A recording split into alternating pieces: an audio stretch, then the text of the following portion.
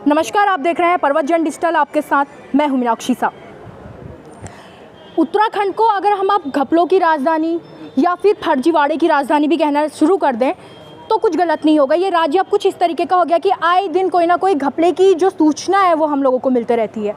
अब ऐसे ही वीपीडीओ का जो मामला आपने सुना होगा, UKSSC लंबे समय से चल रहा है। 7 तारीख को आपको रैली भी देखने को मिल जाएगी। वहीं दूसरा मामला आपने विधानसभा में जो बैकलॉग भर्तियां हुई थी वो भी सुना होगा। इस सब चीज़ के लिए 2 लोग हमारे साथ हैं जिन्होंने प्रमुखता से अपने अपने मामलों को उठाया है, लेकिन दोनों मामले भ्रष्टाचार से जुड़े हैं। इस पर दोनों लोग जुड़े हुए हैं। मैं बात करूं UKSSC मामले को उठाने वाले बॉबी पवार जी की, और दूसरी तरफ विधानसभा सचिवालय भर्ती घोटाले को उठाने वाले कनक धनेजी जी की। तो सर, आप दोनों का स्वागत है। एक तरफ हमारी उत्तराखंड की सरकार जो UKSSC मामले में पूरा जोर लगाती है कि जांच हो और जो भी आरोपी हैं वो सामने आए, वहीं खुद दूसरा मामला जो कि सचिवालय और विधानसभा भर्ती घोटाले को लेकर हुआ है, उसमें खुद सरकार के द्वारा घोटाला किया जाता है, बैकलॉग की भर्तियां की जाती है, फर्जीवाड़ा किया जाता है। अब इसमें ट्विस्ट ये है कि उसकी विज्ञप्तियां भी जारी नहीं होती। सबसे पहले कनक धनेजी के पास चलूँगी। एक तरफ सरकार जांचों पे ऊपर जांचें बैठाती है, दूसरी तरफ खुद घोटाले में इन्वॉल्व हो जाती है। बिल्कुल, ये कोई एक सरकार की परिपाटी नहीं है। लगातार मुझे लगता है जितने भी विधानसभा में अध्यक्ष नियुक्त हुए हैं, बने हैं, लगभग सभी ने इस तरीके की बैकडोर एंट्री अपने लोगों की, अपने चहेतों की करवाई है, और मोटे रूप से इसमें पैसा चला है। इस समय भी जब चुनाव चल रहे थे, क्योंकि ये भर्तियां तब की थी, 25 से 30 लाख प्रति भर्ती में इन्होंने लिया है, एक व्यक्ति से, एक आवेदनकर्ता से।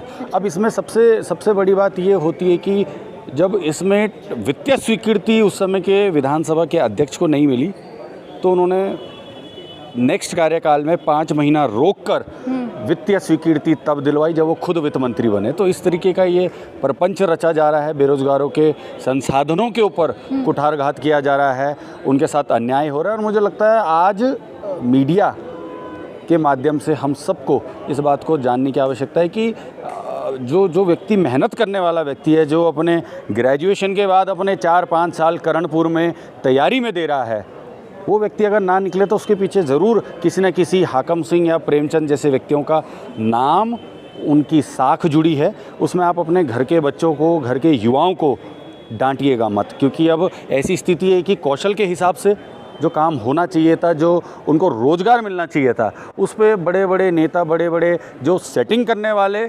ऐसे दलाल बैठे हुए हैं, वो कहीं ना कहीं आपके बच्चों का जो हक है वो मार रहे हैं। तो मुझे लगता है ये बड़ा संवेदनशील उत्तराखंड के बेरोज़गारों के लिए मुद्दा है, जहाँ बेरोज़गारी का दर इतना ज़्यादा है, जहाँ पर सम्मानित रूप से समय पे तनख्वाह नहीं मिल पाती है, जहाँ पर कोई ऐसा लेबर लॉ नहीं है, कोई इस तरीके का प्रावधान नहीं है, लीगल कंप्लायंसेस नहीं है कि रोज़गार होगा तो मिनिमम वेज कितनी होगी, मिनिमम वेज होगी तो उसके लिए कहाँ पे ट्रिब्यूनल होगा, लेबर ऑफिसर क्या बात करेगा, अगर पार्टियाँ उसमें इन्वॉल्व हैं, जो थर्ड आउटसोर्सिंग एजेंसी होती है, उनका क्या रोल रहेगा, कितना % वो काटेंगे। तो तमाम ऐसी चीज़ें, और ख़ासकर ऋषिकेश इस बात का केंद्र रहा है, क्योंकि इससे पहले एम्स में भी भर्तियों को लेकर CBI की जाँच हुई, हालांकि उसमें पकड़ा अभी तक कोई नहीं गया। और उसके बाद उसी ऋषिकेश से निकलते हुए जो अगर आप 72 लोगों की लिस्ट देखेंगे तो लगभग 15 से 16 लोग उसमें ऋषिकेश के हैं। जी बिल्कुल, इस सवाल पे आऊँगी।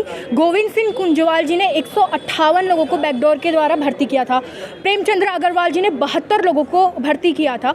विज्ञापन भी इसके लिए जारी नहीं किए गए थे। अपने सगे संबंधी, अपने जानने वालों को इस तरीके से जब अगर नौकरियां मिलते रहेंगी, और ये ऐसा नहीं है कि पहले संज्ञान में नहीं होगा, मामला उठता है, हाईलाइट होता है, दूसरे मामले को दबाने के लिए एक और मामला खड़ा कर दिया जाता है। बिल्कुल, मुझे भी कहीं ना कहीं लगा UKSSC के बाद नेताओं के ही द्वारा विधानसभा भर्ती घोटाला खोल दिया गया, और हम लोग कहीं ना कहीं डाइवर्ट हो रहे हैं। आज इस बात को समझिए कि गोविंद सिंह कुंजवाल जी ने भी भराड़ी सैन के नाम से लगभग 158 भर्तियां करी, और उसके बाद मुश्किल से तब से 1 या 2 सत्र गैर सैंड में हुआ होगा, और फिर से यहाँ पर 72 भर्तियाँ हो जाती हैं। अब आप लगाएं कि कितना कार्मिक की इनको आवश्यकता है, कितने लोगों की इनको आवश्यकता है कि ये लोग भर्तियाँ तो कर रहे हैं पर काम और आउटपुट शून्य के समान है। अच्छा, इसी पे एक सवाल और ले लेती हूँ मैं आपसे, फिर पवार जी के पास चलेंगे। रितु खंडूरी जी ने अब इस पर जांच बैठा दी है। और बोला है कि 1 महीने के अंदर जांच की रिपोर्ट चाहिए। आपको क्या लग रहा है कि वो अपना जो दायित्व है, काम है, जिसको जांच सौंपी गई है, क्या वो सब लोग सफ़ेदपोश नेताओं में हाथ डाल पाएंगे? क्योंकि साफ साफ तो पता है कौन क्या गड़बड़ी से कहाँ पर चल रही है। देखिए, किसी रिटायर्ड जस्टिस के नेतृत्व में अगर इस कमेटी का गठन होता तो जो उसकी क्रेडिबिलिटी है उस पर कोई सवाल नहीं उठता, पर अब सामान्य लोगों के कंधों पर ये भार डाल दिया है कि आप जाकर विधानसभा अध्यक्ष जी को गोली मारिए, पूर्व विधानसभा, तो ये बहुत बड़ी बात है।